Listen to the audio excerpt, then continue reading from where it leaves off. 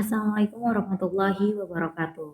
Alhamdulillah kita sudah bertemu di episode 3 part 3 untuk pembahasan latihan USBK tahun 2019-2020.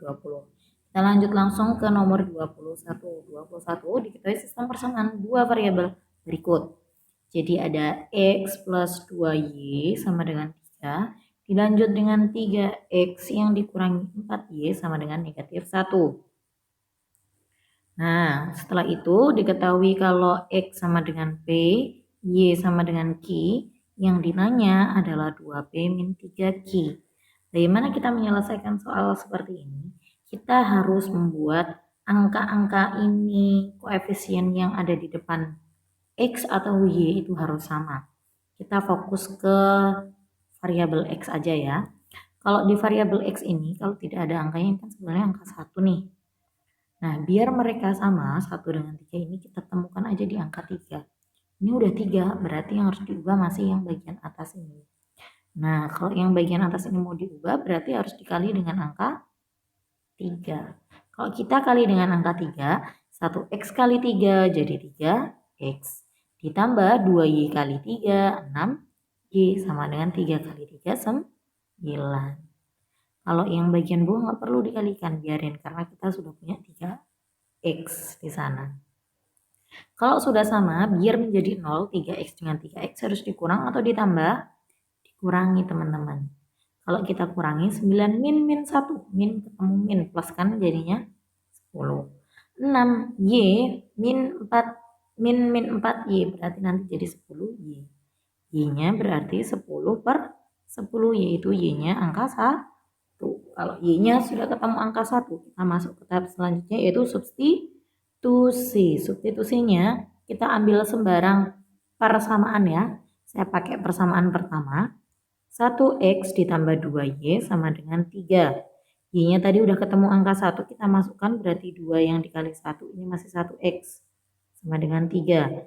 X ditambah 2 sama dengan 3, sehingga X sama dengan 3. Positif 2 pindah ruas ke sebelah kanan menjadi negatif 2. Berarti dari sini kita tahu kalau X sama dengan 1. Nah, kalau sudah clear seperti ini, Y ketemu, X sudah ketemu. Kita langsung lanjut ke soal akhirnya. 2P dikurangi 3Q sama dengan berapa? 2P, P tadi X berarti 2X dikurangi 3, Q tadi Y. Nah, seperti ini. 2 dikali X-nya adalah angka 1. 1, setelah itu dikurangi 3 kali Y. Y-nya tadi angka 1 juga. Berarti 2 kali 1, 2 dikurangi 3 kali 1, 3. 2 kurangi 3, hasilnya negatif 1. Ini nomor 21 teman-teman. Gampang. Semangat. Nomor 22 sekarang. Nah, nomor 22. Di nomor 22 ini kita membahas tentang panjang busur AB dengan pi satuan. Hati-hati pi satuan ya teman-teman. Jadi kalau panjang busur itu rumusnya adalah theta per 360 dikali pi yang dikali D. Jadi theta itu adalah ngomongin sudutnya. Nah, sudut yang terlihat di sana berapa derajat? 60 derajat per 360 dikali. Karena tadi satuannya pi satuan, berarti pi yang ada di sini nggak usah diganti teman-teman. Jadi nggak usah mikir pakai pecahan atau pakai desimal. Jadi langsung pi aja. Diameter, D itu diameter. Jari-jarinya tadi sudah diketahui R-nya adalah 10 cm. D itu selalu 2 kali lipatnya teman-teman. Berarti D-nya adalah 20 cm. Ini 20 cm. 60 dibagi dengan 360, kalau kita coret hasilnya adalah 6. Nah, kalau sudah seperti ini, nanti tinggal kita hitung berarti 20. Ini kan nanti 20 di atas, 6 di bawah, pi-nya dibiarin. Nah, berarti tinggal kita hitung 20 yang dibagi dengan 6 itu hasilnya berapa? Hasilnya adalah 3,33 pi satuan. Tapi nggak usah khawatir teman-teman, nanti kalau di soal USBK sendiri, angkanya pasti mudah, nggak akan ada pecahan-pecahan yang seperti ini. Nah, Tapi caranya nanti seperti ini, oke teman-teman? Semangat. Nomor 23. Nomor 23. Nah, sebuah prisma memiliki rusuk sebanyak 30. Maka prisma tersebut adalah prisma segi berapa? Nah, N rusuk itu, rusuk prisma itu sama dengan 3 kali N. Jadi rusuk prisma itu selalu sama dengan 3N. Berarti rusuk prismanya tadi 30, 3N. N sama dengan 30 yang dibagi 3 karena pindah ruas perkalian jadi pembagian. Hasilnya N sama dengan 10.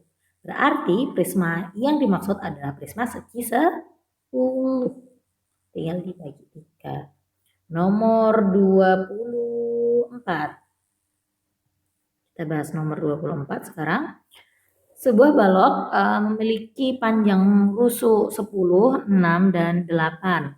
Panjang diagonal ruang balok tersebut adalah diagonal ruang suatu balok itu sama aja kayak P kuadrat ditambah L kuadrat tambah T kuadrat.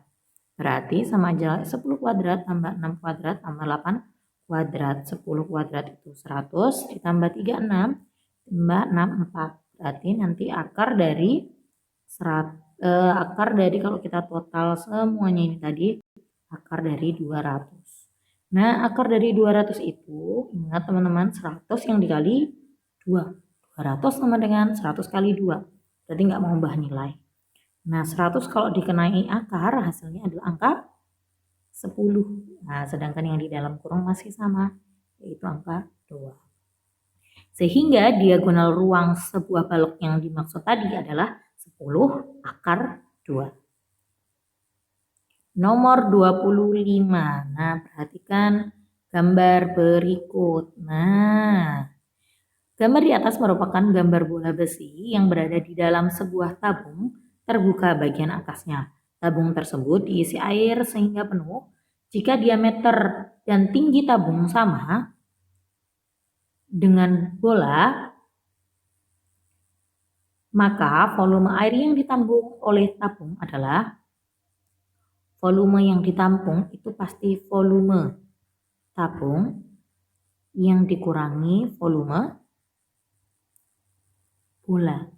Karena bola sendiri itu pasti punya volume, jadi dia pasti menekan ke bawah juga, airnya meluber sehingga airnya hanya bersisa sedikit. Nah, volume tabung itu apa rumusnya? PR kuadrat T. Sedangkan bola itu adalah 4/3 PR pangkat 3. Volumenya seperti itu. Ingat teman-teman, satuan yang diminta di bagian akhir adalah pi cm pangkat 3. Berarti pi yang ada di dalam sini nggak usah kita masukkan sebuah angka, biarin aja. Pi, R-nya tadi, kalau tadi dibilangin tinggi tabung 12 cm, pasti akan sama dengan diameter bola. Atau nanti juga bisa kita cari jari-jarinya si bola dan tabung ini. Berarti jari-jarinya adalah angka 6 kuadrat. R-nya sama dengan 6 ya teman-teman. T-nya tadi adalah 12 dikurangi 4/3. Pi-nya dibarin sekali lagi teman-teman. R-nya tadi adalah angka 6 pangkat 3. Kalau kita hitung berarti 6 kuadrat itu 36 terus dikali dengan angka 12. Berarti hasilnya adalah 432 pi dikurangi dengan 4/3, 6 pangkat 3 teman-teman. 6 pangkat 3 itu hasilnya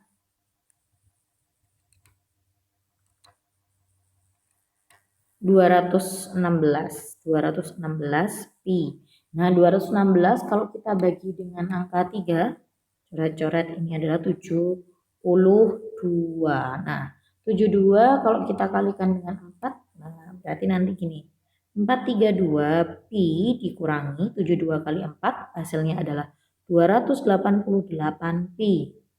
432 dikurangi dengan 288 ketemu yaitu 144 pi. Nah, satuannya pasti cm pangkat 3 karena volume. Gampang. Ayo harus 100 semuanya. Amin amin. Nomor 26, perhatikan gambar berikut. Nah, segitiga ABC dan DEF kongruen. Ditentukan sisi-sisi yang bersesuaian. Berarti kita gambar ulang dulu teman-teman. Segitiga ada A, B, C. Nah, ini sudah ada tandanya dan ini ada 8 cm. Dan ada segitiga selanjutnya yaitu D, E, F 8 cm-nya di sini dan tanda titik ada di sini. Nah, kalau sekarang saya tandai suatu sudut dari titik yang dihubungkan dengan 8 cm itu adalah tanda silang, kita ubah di segitiga DEF juga seperti itu. Titik dihubungkan dengan sisi 8 cm selalu menuju sudut yang silang, ditandai silang. Sedangkan sisa sudutnya pasti sama, yaitu kita tandai aja kotak. Nah, seperti ini teman-teman. Nah, tinggal lihat sisi-sisi yang bersesuaian. Berarti sudut C pasti sama dengan sudut D. Sudut B akan sama dengan sudut F. Sedangkan sudut A pasti akan sama dengan sudut E. Jadi kalau kita mau nyamain sudut, berarti sudut C sama dengan sudut D. Terus sudut A tadi akan sama dengan sudut E. Dan yang terakhir, sudut apa ini namanya? B berarti akan sama dengan sudut F. Bagaimana dengan sisi-sisi yang bersesuaian? Nah, kalau saya bilang A ke C berarti sama aja kayak E ke D. A ke C akan sama kayak E ke D loh, sama aja. Sekarang kalau saya buat A ke B berarti A ke B. Berarti sama aja kayak E ke F. Lagi contoh, sekarang kalau saya bilang B ke C, BC sama dengan FD. Dah teman-teman, itu kesimpulannya gampang banget. Kesimpulannya, nah penting kuncinya adalah kita harus tahu sudut-sudut yang bersesuaian. Ketika sudutnya sudah clear berarti baru kita bisa menyimpulkan sisi-sisi yang bersesuaian. Gampang kok teman-teman. Nomor 27. Nah, sekarang kita bahas nomor 27. 27 ini masih bahas tentang kesebangunan. Sebuah pohon yang berada di depan gedung mempunyai tinggi 7 meter. Pada saat yang sama bayangan gedung berhimpit dengan bayangan pohon seperti tampak pada gambar di bawah ini. Tinggi gedung yang sesuai dengan ukuran tersebut adalah titik-titik. Nah, pertanyaannya kan kayak gitu. Nah, karena kita ngomongin suatu kesebangunan, berarti kita harus konsisten. Konsisten. Kalau kita buat tinggi perbayangan, selalu tinggi perbayangan. Nah, sekarang tadi udah diketahui kalau pohon itu tingginya 7 cm, 7 meter, salah. Tingginya itu 7 meter. Sedangkan bayangannya kalau dari gambar kelihatan bayangannya adalah 5 meter. Nah, di soal selanjutnya diketahui tinggi gedung yang sesuai dengan ukuran tersebut adalah, berarti tinggi gedungnya nggak diketahui teman-teman. Tinggi gedungnya nggak diketahui, biarin X. Bayangannya gedung berapa? 10 meter. Kalau sudah seperti ini, kalau kita coret-coret, berarti boleh dicoret hasilnya adalah angka 2. X sama dengan 7 yang dikali 2. X sama dengan 14 meter teman-teman. Selesai, nggak sampai 10 menit. Aduh, nggak usah lama-lama kerjaan matematika. Nomor 28 sekarang. Nomor 28. Dari data nilai ulangan suatu mata pelajaran sebagai berikut. Median dari nilai di atas adalah, kalau kita ngomongin median, berarti dia itu adalah data tengahnya, nilai tengahnya. Nah, cara untuk mencari median ini, langkah pertamanya itu harus mengurutkan data. Nah, data yang sudah di sana itu masih acak, belum dari yang terbesar ke yang terkecil, harus diurutkan dulu. Berarti kalau kita urutkan di sana 3-nya ada sebanyak 2. Oke, kita tuliskan 3-nya 2. Setelah itu 4-nya ada nggak nih? Ada 1, 2, ada 2 juga 4-nya. 4-nya 2. Bagaimana dengan angka 5? 5-nya ada 1, 2, 3, 4. Ada 4. 1, 2, 3, dan 4. Oke. Setelah itu, setelah angka 5 ada angka 6. 1, 2, 3, 4. 1, 2, 3, 4. 7-nya ada berapa? 1, 2, 3, 4. 7-nya juga ada 4. 1, 2, 3, dan 4. Kan ini masih panjang, banyak banget ya datanya ya. Jadi kita nggak usah lanjutin aja.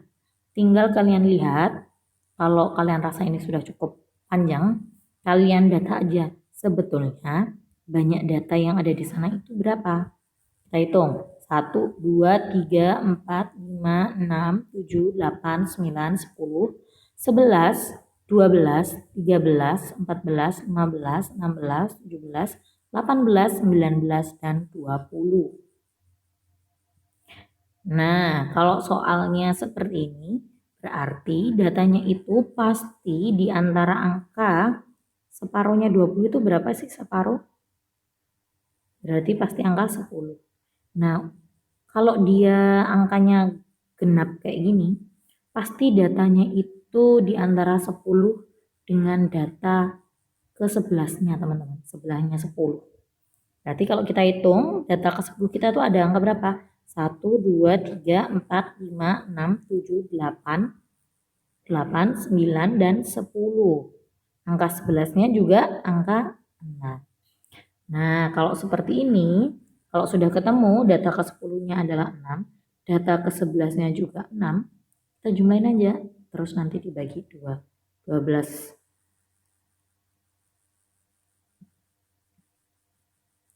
6 tambah 6 bagi 2. Berarti 12 bagi 2 hasilnya 6 itu sendiri. Pasti hasilnya mediannya itu adalah angka 6.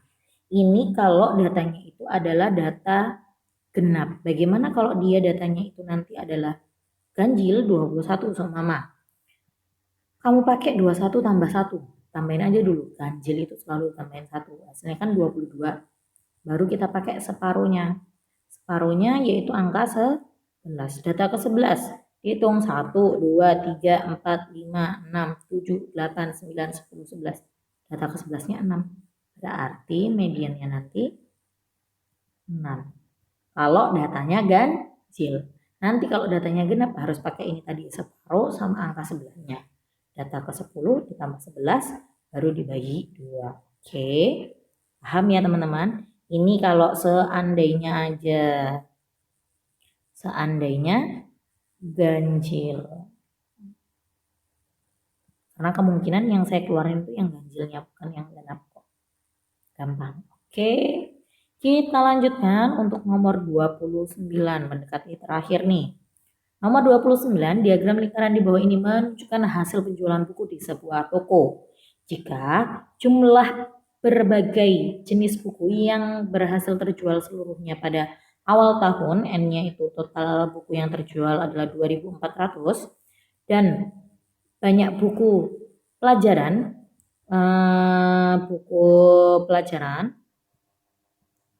itu 2 kalinya majalah. Kalau kita misalkan majalah itu penjualannya adalah X, berarti buku pelajaran tadi 2 kalinya X, kali lipat. Maka banyak majalah yang terjual adalah titik-titik.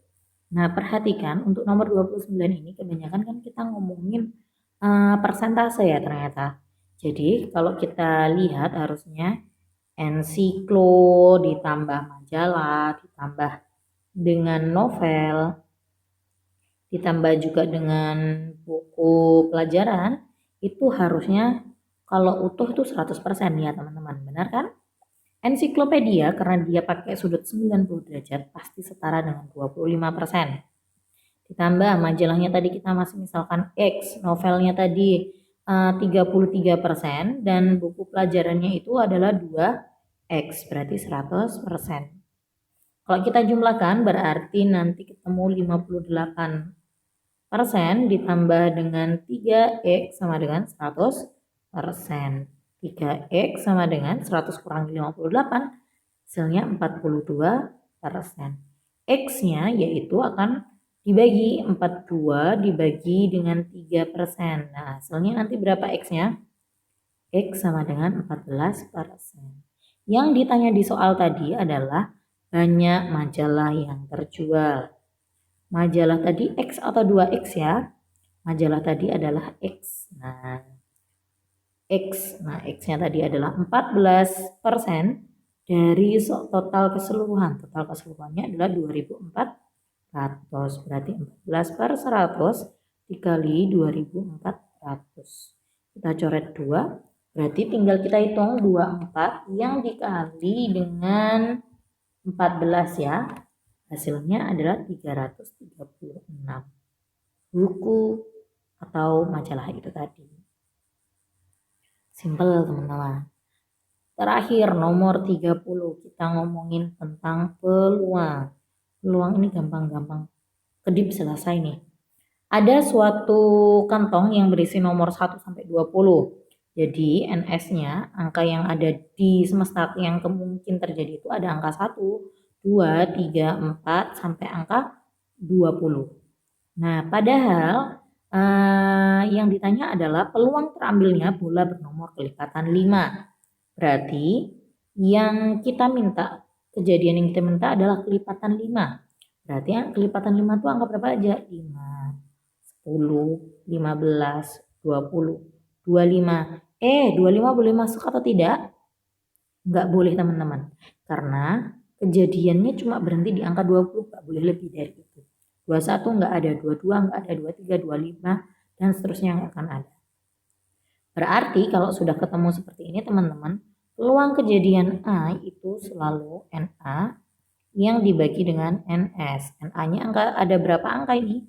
1, 2, 3, 4. Ada 4. Berarti ini NA-nya 4. Sedangkan untuk NS-nya ada berapa angka? 1 sampai 20 itu 20. Berarti 4/20 kita kecilkan dibagi jadi angka 1/5. Jawabannya adalah 1/5 teman-teman. Oke, selamat mencoba di rumah. Semoga besok berhasil dengan hasil yang maksimal. Terima kasih. Wassalamualaikum warahmatullahi wabarakatuh.